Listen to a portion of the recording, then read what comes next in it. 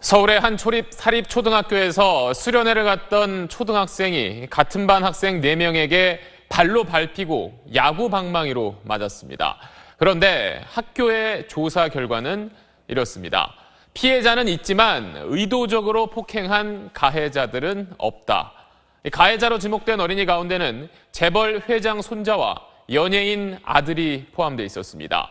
피해 어린이 부모는 이런 배경이 조사 결과에 영향을 미쳤다고 의심하고 있습니다. 김종원 기자가 취재했습니다. 초등학교 3학년 유모군은 2달 전 있었던 수련회에서 담요를 갖고 혼자 텐트놀이를 하고 있었습니다. 이때 같은 반 아이 4명의 폭행이 시작됐습니다. 누가 깔아보면서 팍 하고 팍 이렇게 됐어요. 한 명은 유군이 빠져나오지 못하게 담요를 잡고 다른 2명은 야구 방망이와 나무 막대기로 또 한 명은 무릎으로 폭행했다는 게 유군의 증언입니다. 처음에는 이렇게 울었어요. 너무 심하다 이러고. 유군을 폭행한 4명은 또 밤에 물을 찾던 유군에게 바나나 우유 모양 용기에 담긴 물비누를 우유라면서 마시라고 했다고 합니다. 유군은 이 끔찍했던 경험을 엄마에게 털어놨습니다.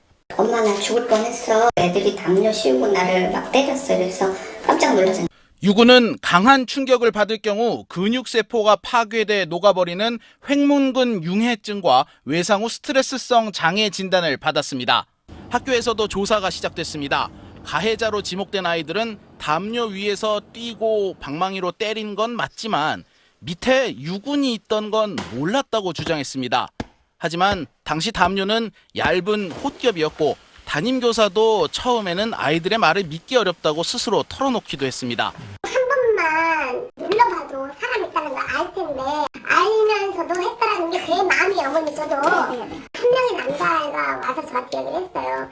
사실은 있는 줄 알고도 누구는 계속 밟았어요. 하지만 조사는 지지부진했고 급기야 야구 방망이를 휘두른 것으로 지목됐던 어린이가 가해자 명단에서 빠지는 일까지 벌어졌다고 합니다.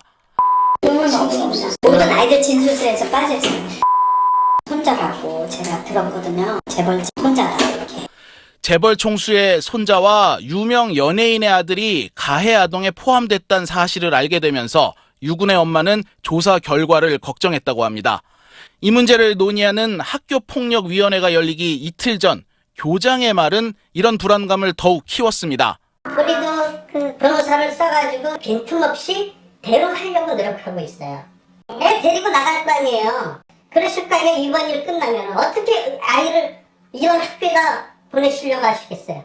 학교를 징계하는 거는 교육청이 아니에요. 법인 이사장님이에요. 교육청은 하나도 안 무서워요. 학교폭력위원회는 가해 아동들에게 아무런 처분도 피해 아동에 대해서도 아무런 보호 조치도 하지 않는 걸로 결론을 냈습니다.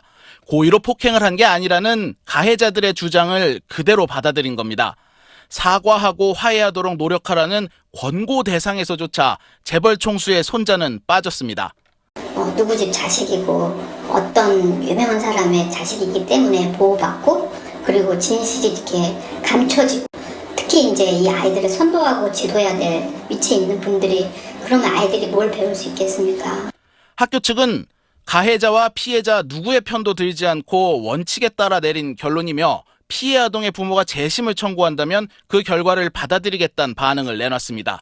SBS 김종원입니다.